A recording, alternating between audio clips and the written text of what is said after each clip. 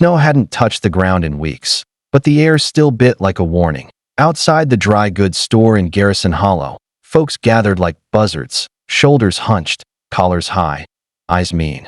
And there she sat, knees to her chest, skin tight across her bones, hair the color of ash and tangled like horse mane after a storm.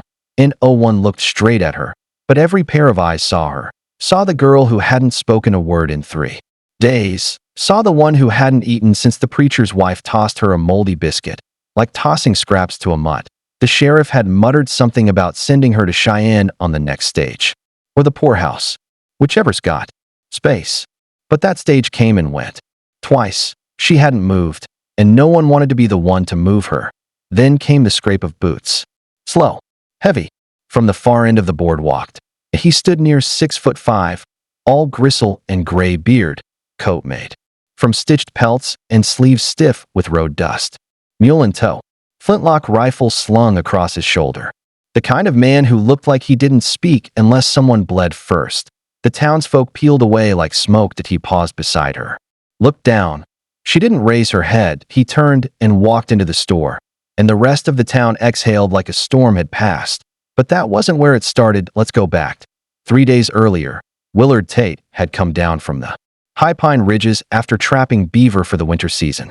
Folks called him a mountain man, though he'd been born in Missouri and hadn't seen a town before the age of 10.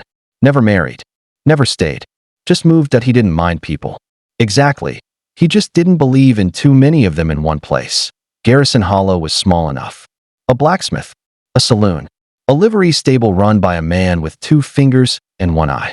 Willard came through once or twice a year for salt, coffee, flour, and, when the season had been good, a bottle of corn whiskey. He didn't come for company. But this time, company found him. It started with the cook fire at the edge of town, near the edge of the woods. Someone lit a camp with no gear. No bedroll. Just a ring of rocks and a bit of smoke.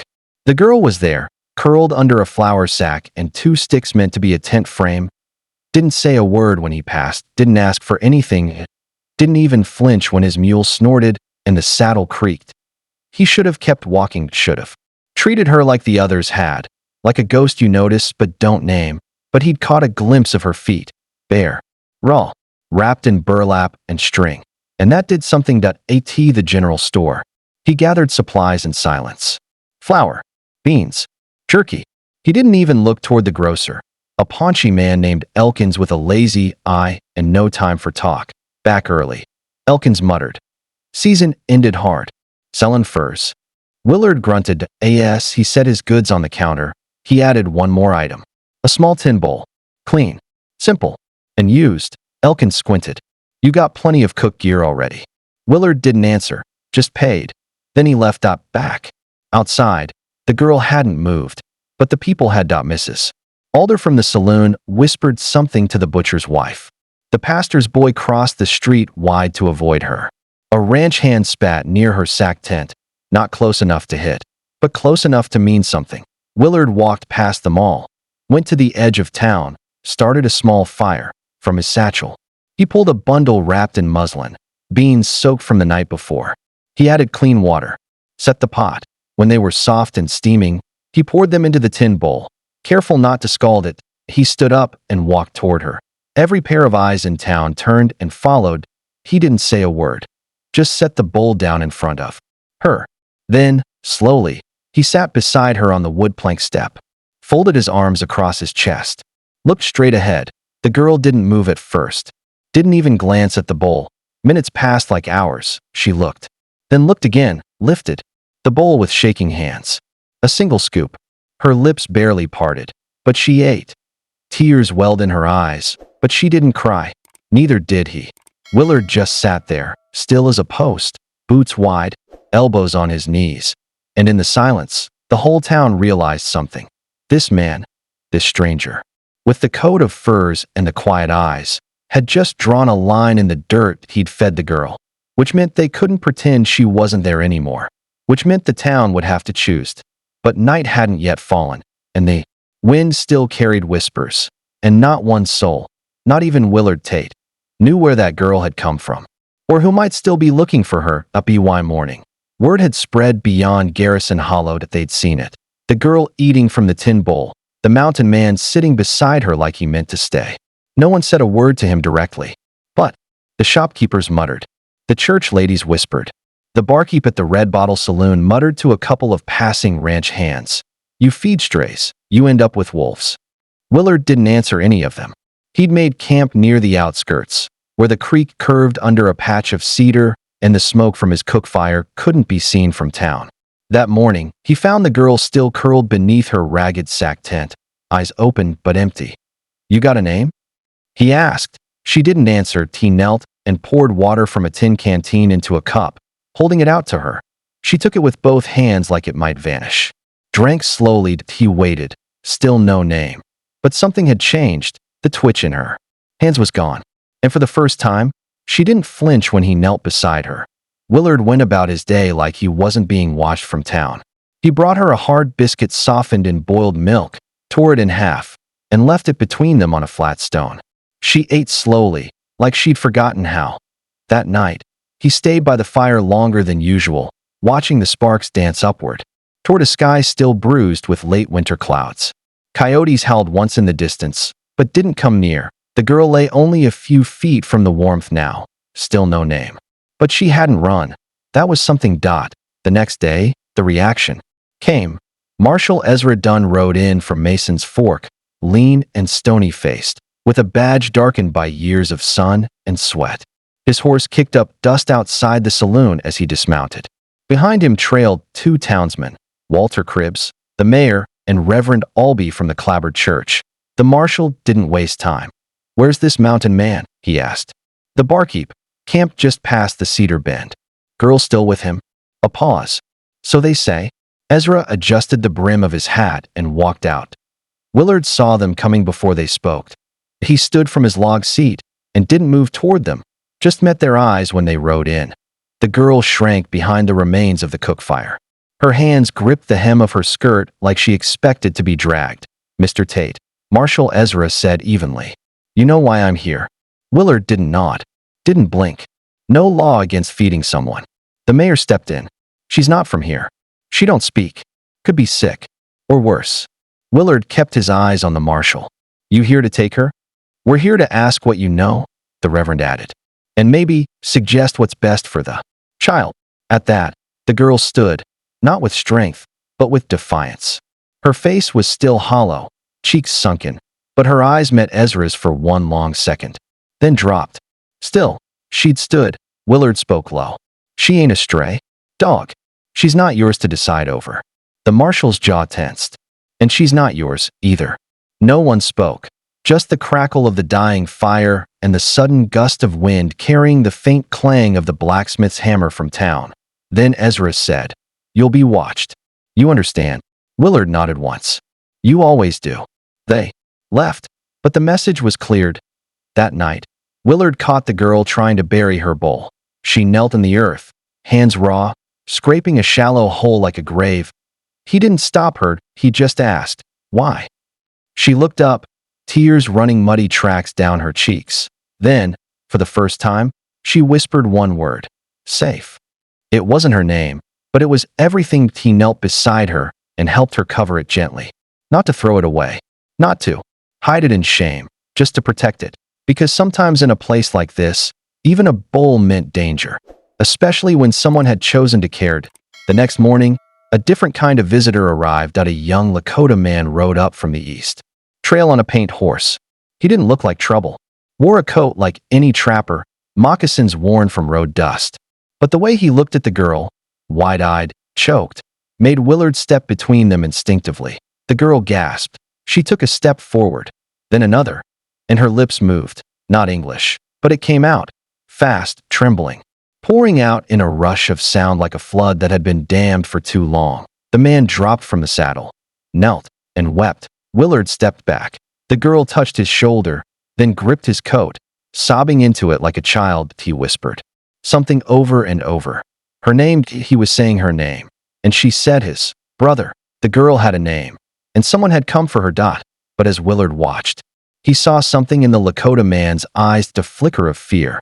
Then the man said quietly, They think she's dead. Who? He looked back over his shoulder toward the horizon.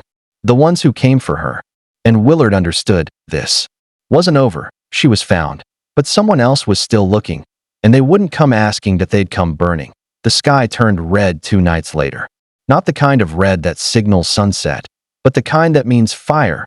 Wild, wide, and not far off. Willard stood from his bedroll before the first crackle reached his ears. The wind carried it in pieces, the sharp pops of dry pine splitting, the low roar of flame, the panicked screams of livestock from someone's barn. The Lakota boy, his name was Neho, was already on his feet, scanning the tree line. The girl, now pressed against the side of Willard's pack mule, trembled but didn't speak. She hadn't since that first moment with her brother. Not a single word. Willard grabbed his rifle, checked the flint, then looked toward the town. But the fire wasn't in Garrison Hollow. It was at the edge, near the old trail leading west. Signal fire? Willard asked, more to himself than anyone. Neho answered anyway. It's them. Her old camp. Her tribe. Willard turned slowly. They did that. Neho's face twisted. No. The ones that took her. Willard's jaw tightened. You said they think she's dead. Neho nodded. Then why the fire? Because they're cleaning up. He glanced at his sister. She escaped before they finished. Willard looked back at the horizon. Orange and black curled upward into the stars like smoke, fingers reaching. For heaven, they're not done, he said. By dawn, Marshal Ezra was at the edge of town with 5 men and a wagon armed for war. Word was out. Somebody had burned what was left of a Lakota burial site a half-day west of the hollow. No one claimed it. No one had seen it happen. But people started to look at Willard's camp different after that. Even Elkins at the general store paused when handing over coffee and tobacco. You sure you're not bringing trouble down from those hills? Willard didn't answer. The camp. Neho sat sharpening a knife slowly, methodically, like it wasn't meant to be used but might be. The girl, Neho had called her Taika, was silent again, sitting beside the cedar tree where Willard had made a swing from old rope. She didn't swing. She just watched the ridgeline as if she knew. That night, Willard stayed awake, boots still on, rifle across his lap. Neho didn't sleep either. They sat across the fire like sentries from 2 worlds. Sometime past midnight, the mule snorted and stepped back. Neho raised a hand. And then, the faintest sound. Distant, but unmistakable. Horse hooves, multiple. Fast, they weren't coming for town. They were circling wide. Willard stood slowly, motioned for Neho to wake Taika. She doesn't run, Neho said quietly. Not again. Willard didn't argue. He just grabbed the tin bowl, the same one she'd buried once, and set it by the fire. Clean. Empty. Waiting. Then he and Neho stepped into the tree lined. They came in quiet. 4 men on horseback, wrapped in canvas and old uniforms. One had a black hat with a U.S. cavalry band around it, though it was so faded it looked gray. Another had a scar running down his cheek like it had been split with glass. They didn't shout. Didn't announce themselves. They were looking for something. For someone. They found the camp. The cold fire. The swing. And the girl. She didn't cry. Didn't run. Just stood. The man with the black hat dismounted. Walked up to her. He reached out and touched her hair like he owned it. You should be dead, he said, like it was an observation, not a threat. Taika said nothing. Then he turned, just slightly, and looked toward the woods, like he knew. Willard stepped out first, rifle at his side, but not raised. Neho followed. The 3 other riders turned slowly. No one went for their guns. Yet Willard's voice came low. You got no business here. She's ours, said the man in the hat. She's not yours, Neho growled. She was stolen. You were paid. Or your chief was. Makes it legal. Willard took 1 step forward. You light that fire? Black Hat smiled faintly. What fire? They stood in silence, firelight flickering off eyes and barrels and old coats soaked in years of violence. Then Willard said something Taika would remember for the rest of her life. She's been fed. Sat beside. Named. That makes her mine now. Hey, beat past. Maybe too, the man's smile faltered. She's not property. Willard didn't blink. Then don't treat her like it. The tension was so thick the cricket stopped. Then Black Hat stepped back, spat. Keep her, he muttered. She ain't worth dying for. But when he turned to leave, Willard said one more thing. You ever come back here, it won't be a standoff. Black Hat froze. Then he mounted. The other three followed. They disappeared into the trees. And just like that, the danger passed. Or at least, for now. Later, as the fire burned low, Taika took the tin bowl, filled it with fresh water, walked over and sat beside Willard. She offered it to him. Both hands opened. He took it slowly, drank, and for the first time, she smiled. Because in the quiet firelight, without words, she knew what had just happened. Someone had chosen to fight for her, not because she was theirs, but because she was worth it. The next morning, the sun rose soft and slow over Garrison Hollow, gilding the rooftops in pale gold, as if nothing had happened. But word moved faster than light in towns like this. And by the time the church bell rang 8, the whole hollow knew, for riders came in the night, and none had stayed. Some said Willard must have threatened them. Some said they saw tracks heading west, deep and fast, like men who'd changed their minds about a fight. Others whispered that the girl was cursed, that those who claimed her ended up chased off or dead. But no one said it to Willard's face. He walked through town with Taika and Niho the next day, not hiding her anymore, not avoiding the boardwalk. They walked together to Elkin's store, bought sugar and salt pork and 3 apples. Elkins didn't ask questions this time. On their way out, Mrs. Alder, the saloon woman, stepped from her porch. She held a small package wrapped in oilcloth. For the girl, she said, voice low. Willard stopped. Looked at her. She's just a child, Mrs. Alder added. Don't let them make her a ghost. Taika took the package with both hands. It was a pair of boots, stitched, worn, but cleaned up. Mrs. Alder didn't wait for thanks. She just turned and went back inside. That evening, Niho packed his horse. He stood with his sister beside the creek, brushing a feather from her braid. They need to know you're safe, he said. Mother, she hasn't slept. Taika nodded. She looked at Willard, then at the bowl she'd polished the night before. You want to go with him? Willard asked gently.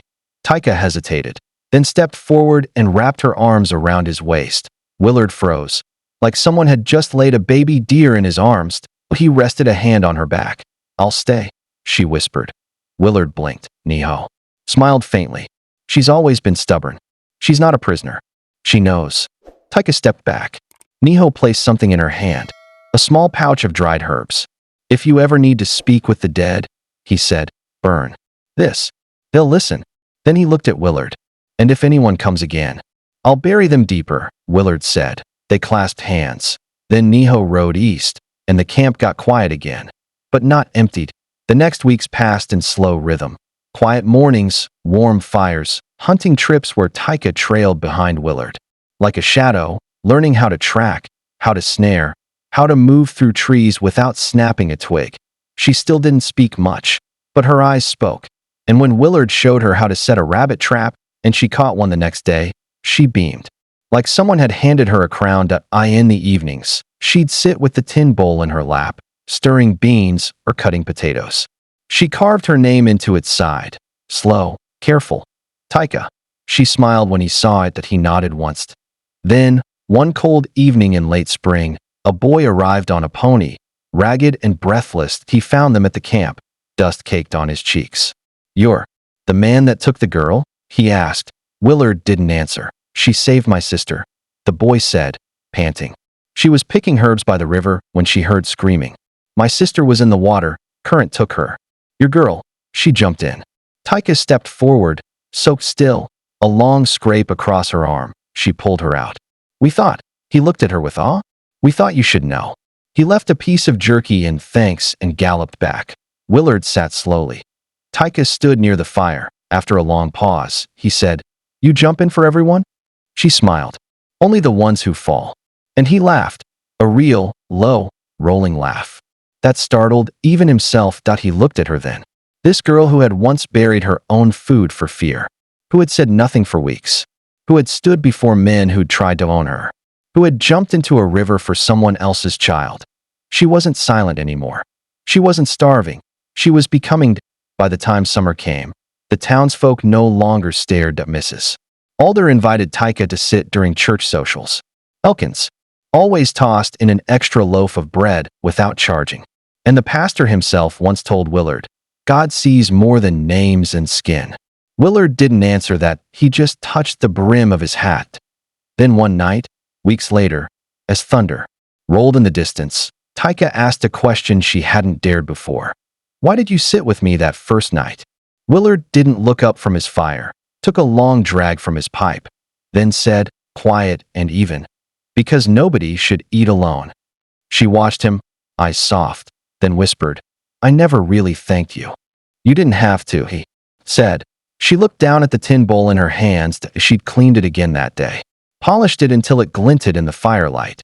Then she set it gently between them and sat beside him, same as he had done that night, under a sky thick with stars. They didn't say another word, because sometimes sitting beside someone, choosing to sit, was enough. 2 years later, the tin bowl sat on a shelf in the schoolhouse, next to a feathered pouch and a carved wooden rabbit. The shelf was labeled belongings of those who stayed. Children ran past it each day, dusty boots stomping pine floors, books pressed to chests, voices full of questions. And at the front of the room stood a young woman with thick black hair tied back, a pale blue dress sewn with care, and the kind of voice that didn't need to be loud to be heard. Taika Tate. That was the name she'd chosen the day she became a citizen of Garrison Hollow. Taika, for the fire and earth she was born from. Tate, for the man who sat beside her when no one else would. The town had changed, too. The sign at the edge of the street now read, Welcome to Garrison Hollow, where kindness rides first, Mrs. Alder still ran the saloon, though she had taken to writing poems and selling them in hand-stitched pamphlets. Marshal Ezra had handed in his badge and took to carving wood on his porch, and Willard, he'd moved up into the foothills just outside town. Same mule, same rifle, same shack he built with his own hands. But every Sunday he came down, no matter the season, walked into the schoolhouse with an apple or a stack of fresh paper, sat in the back as the children read out loud. Sometimes they read from books. Sometimes they listened to Taika tell them stories, not of heroes with guns, but of rivers and feathers and how to know when a rabbit's heart is calm. The kids loved her because she saw them, the quiet ones, the ones with missing buttons, the ones with questions in their eyes. She always sat beside them. One autumn morning, a boy named Eli raised his hand and asked, Why's that bowl on the shelf? The class turned. Taika walked to it, ran her fingers along the carved name on its side, then said, simply, Because once, that bowl was all I had. The room went quiet. Even the wind outside paused. She smiled then, gentle, and someone filled it, not with food, but with care. One of the girls whispered, Was it your papa? Taika looked out the window. Far off, on the edge of the hill, she could see a figure chopping wood, his sleeves rolled, beard full, and smoke rising from his chimney. She turned back to the class. He's not my blood, she said, but he's mine. That winter, Willard got sick. It came quiet. A cough that didn't leave. A heaviness in his chest that wouldn't lift. He didn't mention it when he came down. But Taika knew. She came to his cabin one morning before dawn, brought stew, sat beside his bed and pressed her hand to his forehead. He opened one eye. You still stir the pot too long, he rasped. She smiled and didn't leave. For 5 days, she stayed, tending the fire, mopping his brow, humming songs he didn't recognize but didn't mind. On the 6th day, he sat up, looked at her. You don't have to stay, you know. I know, she said. He studied her then. This girl who once didn't speak. This girl who once flinched at footsteps. Who now walked into rooms like a pillar of light. Where'd you learn to care for old fools? He asked. She tilted her head. From one. He grunted, then smiled. Spring came early that year. Wildflowers rose up through the grass like music. The children in Taika's class began planting a garden out behind the school. Corn, potatoes, beans, and one day, a little boy asked if they could plant something for him, pointing at the tin bowl. So they did. They filled it with soil, placed it in the window, and from it grew a sunflower, tall, stubborn, golden as firelight. The kids called it Willard's Sunday. Years later, when strangers passed through Garrison Hollow and asked about the woman who taught the children and kept the peace, they'd hear about Taika Tate. And when they asked who raised her, folks would say, a mountain man, quiet type, brought her a bowl once and never left. And if those strangers passed by the old man in the hills, still chopping wood at 80, still sipping strong coffee from a battered tin cup, he'd nod to them, maybe tip his hat, but he never bragged, never claimed, because he knew You don't need to speak loud to make a life matter. Sometimes you just bring the bowl and sit beside someone till they remember who they are.